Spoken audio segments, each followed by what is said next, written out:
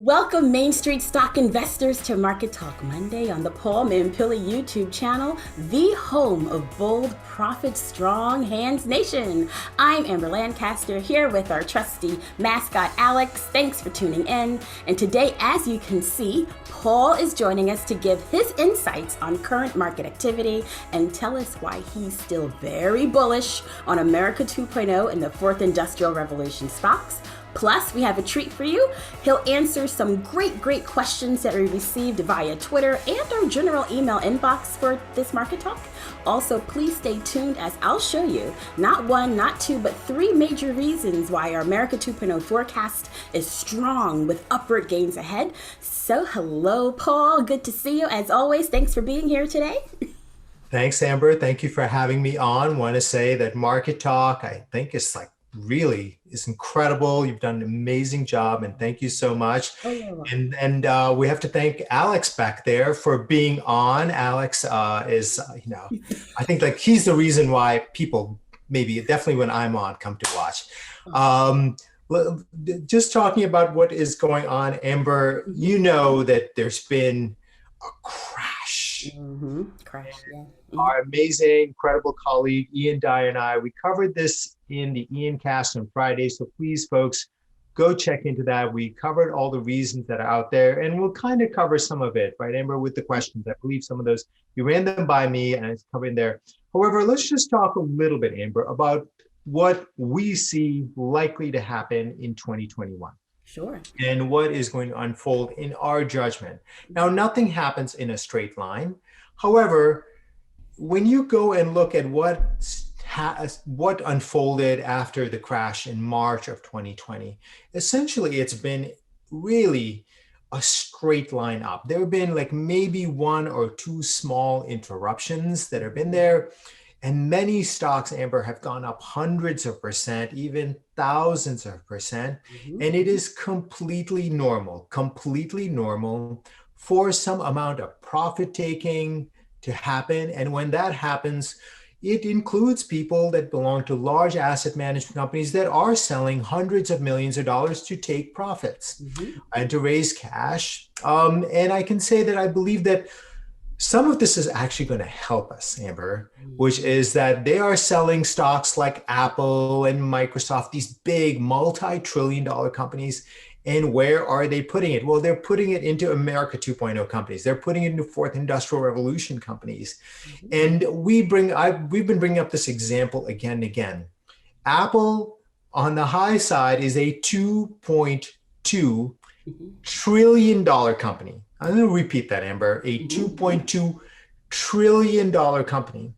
And then we have stocks like 3D Systems, which, as you know, is our signature America 2.0 fourth industrial revolution company, because we believe so much in the capability of 3D printing to revolutionize the world, And this company, Amber, has a stock market value of $6 billion. Now, to many people, they would think $6 billion is a large number. However, it is a small number when you compare it to 2.2 trillion. It's like the equivalent of an ant relative to a dinosaur. And in that lays the promise of what you can get by being invested in America 2.0 and the fourth industrial revolution, which is that these companies can go up and keep going up for years and years because they are starting so small in a world where they can generate extraordinary, phenomenal, incredible value. So that's my point number one for people who are concerned about the volatility, concerned about the fact that many fourth industrial revolution stocks and America 2.0 stocks have dropped a great deal. And that's because they are small. And to some extent in the stock market, they are illiquid. The big money, Amber, simply cannot really put $20 billion into a $6 billion company. So right now, this is almost exclusively for Mainstreet investors. For regular Americans, they can buy in. And if they take their $5,000 or $10,000, they can go in and make no impression on the price. However, if a very large company, asset management company or hedge fund or mutual fund wanted to put a few hundred million in, they would be forced to bid it up. So the key is to be in before those folks come in. So I would tell you that what is going on is very much par for the course, very normal. And I believe that there is still phenomenal, amazing, incredible returns ahead for these companies because they are so small and they can grow so big. Oh, yeah. And then from the macro perspective, Amber, you report on this all the time. There is no systemic problem of any kind. Households, meaning families, regular people have cash. Companies have cash. The banking system has cash. People are still confident, and we can determine that by the fact that people are still buying houses. Consumer spending is still high, and it is still to some extent compressed from the pandemic and the fact that we have been staying in. So the current environment where people are fearful, I understand. Every time there's volatility, people are afraid. Nonetheless, we believe that there is significant, amazing, phenomenal upside left in America 2.0 stocks, in fourth industrial revolution stocks. However, there is genuine risk, however, in the other side. In America 1.0 stocks, in old world stocks, there is risk. And we would tell you that the better bet is to be in America 2.0 stocks and in fourth industrial revolution stocks. So I'll end there and let's deal with some of the questions that you have for me. Oh, yes. We received some great questions for you today, Paul. The first one is from Doug, and Doug is writing in on behalf of his mom, Donna. So Doug writes, my mom, Donna, and her trusty golden retriever, Bubba, have been using a combination of your Profits Unlimited and our investment picks. She was left a 401k, and we've been using it to generate her income. Your picks have been stellar. So my question is, what's the best way to hedge against volatility? Is it put options on the S&P 500, individual stocks, or is it inverse ETFs? Her son, Doug. Well, truthfully, the answer from our perspective is none of the above. And before I go into the answer, I want to thank you for your email. Thank you for your kind comments. We guide our folks, Amber, as you know, to rules of the game. And what we tell our folks to do is that if you are afraid of volatility, then only own enough stock that you are willing to endure through that volatility and keep cash in your account for your needs, versus putting that all into the market and then riding the roller coaster of the market up and down, feeling those nerves, feeling all of that fear. In rules of the game, we tell people to actually leave cash in their actual brokerage account, in their actual investment account. In other words, in your E-Trade account, in your Fidelity account, in your TD Ameritrade, Robinhood, pick whatever broker, in that account, keep that cash in there so you experience less volatility when markets do what they always do. In other words, there are down periods in any market, and you want to endure through them to get the big gains from these incredible, phenomenal, amazing stocks. And that is what we tell our subscribers and our readers do. And that is one of the central things in what we call rules of the game. And I put out a tweet recently, Amber, which said that to make money from the stock market, you have to have some money management rules and ways of operating. And this is one way that addresses the central reason why people sell, Amber, which is fear. In other words, if you keep that little buffer, that volatility buffer, it's an emotional security blanket of cash in your actual account. Now on days when everything else is going down, you are experiencing a lot less volatility. And so I know that is different than the options you presented me. However, nonetheless, that's what we feel is a very simple, effective way, both in terms of the actual numbers and also of what I believe is equally important in investing, Amber, which is you have to take care of yourself emotionally. Otherwise, there is no shot of experiencing success in the market and having any shot of making money from the stock market. Oh, excellent point there. Thank you for that, Paul. Our next question is from Eris. He wrote us on Twitter. Eris would like to know your thoughts, Paul, regarding the Fed looking at issuing a digital dollar, and how would this impact Bitcoin and Ethereum? There's been a lot of talk, Amber, of this, and central banks around the world are looking at essentially digitizing currency, digitizing money. And that's because digital money is it's much more convenient, it's faster, it's safer, it's trackable, and it is also cheaper by a lot. If you've tried to send a wire, you know that the cost of a wire can be really very expensive. It also takes all day to get there instead of seconds with digital money. Many banks still require for you to come into their branch to actually initiate it versus just being able to pick up your phone and just send it to someone can receive it on their phone, and then they can then put it into whatever they want to be able to use it. So it's no surprise that's there. From my perspective, it would mean that there's more adoption of crypto as a means to improve our lives, make our lives better, easier, better. And I believe that it would actually drive even more people to start to save in Bitcoin, which is a sort of universal savings account, if you will, for people around the world. And so I believe it would drive and increase the adoption of cryptocurrencies in numerous different fields. So I believe it's ultimately bullish and very positive for Bitcoin that the central banks around the world are thinking of doing this. And there are a number of cryptocurrencies that might benefit from this because the central banks, Amber, have no ability to create their own blockchain. So they're going to use something that exists. And our amazing colleague Ian Dyer and I are looking to start a new crypto service. So if you're interested in that, please make sure to follow us on our free e-letter, Bull Profit, subscribe to this channel, and then you will be kept up to date on the latest on that. All right, Amber, let's go to the next question. Sure. Our next question is from Howard on Twitter. Howard has a question regarding Bitcoin and your recent tweet, Paul, that you posted this past Friday, that Bitcoin is coming from the world's profligate currencies. So Howard asks, is the only major risk that governments will ban it and can actually do that? Well, the thing is, Amber, it's sort of impossible to ban because in a way, all that Bitcoin is a series of numbers. And you could ban people from holding it. However, it's simply a series of numbers. If you could write it down on a piece of paper somewhere, it could look like this.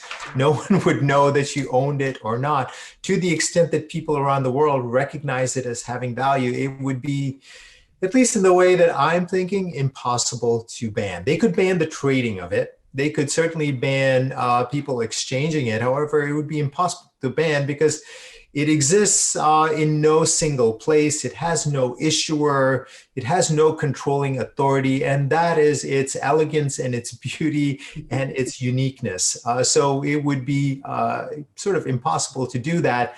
And that tweet really that I put out, which was of a kind of Pac-Man character swallowing up all these other emojis, was the basis for what I have been telling why Bitcoin, I believe, is going to be phenomenally successful. I have a price target of $250,000 over the next 1 to 3 years. Our colleague, amazing Ian Dyer, has a price target that's even higher of $350,000. And that's because we believe that the vast majority of the world's currencies are kind of non-currencies. The governments inflate the value of that currency down to zero over 5, 7, 10 years, sometimes even faster. And people around the world are adopting Bitcoin. So all the value in that is going towards Bitcoin. Then Bitcoin is also absorbing a significant amount of the value that people used to place in precious metals like gold and silver, because Bitcoin is superior to that in our judgment. It is more divisible, it is more portable, that's out there, and is more finite. There's only 21 million Bitcoin that can exist. So it is taking share from gold and silver. And I believe that is going to continue. So those are two places that have trillions and trillions of dollars of value that I believe can go into Bitcoin and other cryptocurrencies. So I believe that there are the number of negative cases that you can build for Bitcoin are far and sort of like really kind of harder to really make the case for versus the positive case. Very comprehensive answer. Thank you for that, Paul. And our last question for today is from Jorge R. He wrote us through our mailbag, through our email, and he says there's a lot of talk about quantum financial system in the works. Financial advisors are telling us that we need to get out of stocks, bonds, options, and cash because they will become worthless soon and put all our money in gold. What is your take on that? Do we need to do anything right now? Well, Amber, there's always a group of people that believe that the world is going to end, that there is doom, there is gloom, it's inevitable. Zero is the only inevitable outcome, and you should sell everything and hold nothing.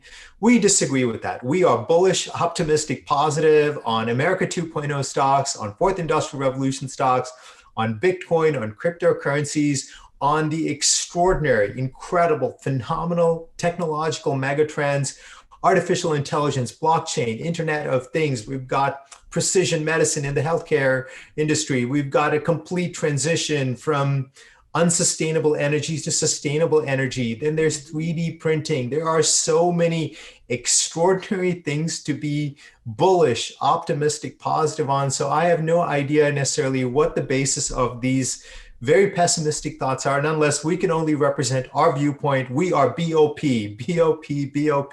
bullish, optimistic, positive. And I believe that the stocks associated with Fourth Industrial Revolution, America 2.0, essentially investments that belong to a new world, they are going to do phenomenally well. And I've told you what I believe what's going on with gold. So hopefully that's an answer, Amber. Yes, that was an excellent answer. Well, Paul, thank you, Paul, so much for joining us today. I mean, we learn so much from you all the time. I'm so glad you take the time to talk to us on these market talks, and I hope that everyone gleans some nuggets of information from you, as always. Thank you so much for having me on, Amber, and you're doing an amazing, incredible job. This is becoming the central source, I know, for so many people getting information from you, and they love you, so thank you so much. Oh, you're most welcome, Paul. Thank you. Talk soon. So I want to thank Paul again for joining us today. It's always good to see him on Market Talk Monday. And everyone, just please remember to click that subscribe button to get instant video alerts for this particular channel, the Paul Mampilly YouTube channel. Also, pay us a visit at bullprofits.com. You can sign up for our free investment e-letter there. It's delivered right to your email inbox throughout the week. So just to wrap up thoughts for today, please check out these three major charts that show how the fundamentals of our America 2.0 forecast is strong with upward gains coming to fruition. So the first chart comes from the Federal Reserve Bank of Atlanta's GDP Now forecast model. So as seen with the upward trending green arrow, the gross domestic product now, our GDP Now model, actually predicts, as of this past Friday, that the US GDP growth for the first quarter, get this, will be an impressive 8.8%. And this is very encouraging news, I can just tell you, overall for the growth of the U.S. economy. And it gets even better than that for the fiscal year 2021. The GDP Now forecast shows a 7% annual jump in nominal GDP for this year. And this is potentially, quote, the fastest annual advance by U.S. nominal GDP since 1989. So chart 2 actually shows how gains in the Dow Jones transportation average have room for further gains per Bloomberg, fresh off its best performance in 3 months. This index, which actually tracks companies that are truly moving the 2 R's, if anyone recalls Paul's 2 R's, restock and reinventory, and his 3 R's, America 2.0 forecast of restock, reinventory, reshore. may still have another gear to shift.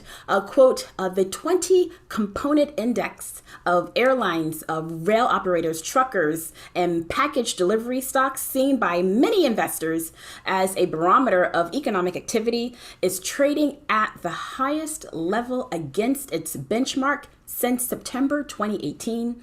And growing optimism over a $1.9 trillion stimulus plan and continued vaccine rollouts should actually provide the necessary fuel to keep the ratio climbing higher as the economy opens further. So all I can say is fasten your seatbelts. And the third major chart showing our America 2.0 fundamentals are strong shines a bright light on our Mainstreet stock investors, just like you, Bull Profits Nation. So last week, during the market rout, strong hands and fearless investors, just like you, proved undaunted by the recent stock market volatility. So this Bloomberg chart shows how investors scooped up equity ETFs during the recent market pullback. So per Bloomberg data, exchange traded funds or ETFs saw consistent inflows, including $2.7 billion just last Thursday. And in February, ETFs actually added a cool $80 billion to its coffers, 4 times its 12-month average. So simply put, this is a huge number. These are huge numbers. And it just shows what Paul just said. The bullish, optimistic, positive #BOP sentiment reigns supreme among equity investors, with more strength to come. So if you want to trade in this market like these fearless investors, but coupled with the expert guidance of Paul Mampilly, check out his secret portfolio stock trading service. This service, it's just all about finding diamonds in the rough. So Paul's secret portfolio offers everything. It offers lesser known investment opportunities available in the market. So think about this. Each recommendation in this service is made with one goal in mind, and that is actually starting a $10,000 portfolio, starting with that amount and turning it into a potentially major multi-million-dollar windfall. So click the link in the description section of this video to learn more. And finally, turning toward the U.S. economic calendar week ahead, there will be 6 major economic releases. On Wednesday, February's ADP unemployment change will post at 8:15 a.m. On Thursday, January's final durable goods orders and January's factory orders will post at 10 a.m. And on Friday, February's jobs report, January's trade balance, and January's final number for wholesale inventories month over month will post between 8:30 a.m. and 10 a.m. And finally, remember that you can follow Paul and me on Twitter at Mampilly Guru and at A Lancaster Guru. I can tell you throughout the trading week, I post America 2.0 focused news and developments and give our #BOP take on most of these economic releases. So that concludes this week's Market Talk. And I just want to give a shout out to JB. We have Alex here. He didn't want to come on unless he knew JP was watching. So thanks for watching us week after week, JB. We appreciate you so much. So until next time, everyone, take care.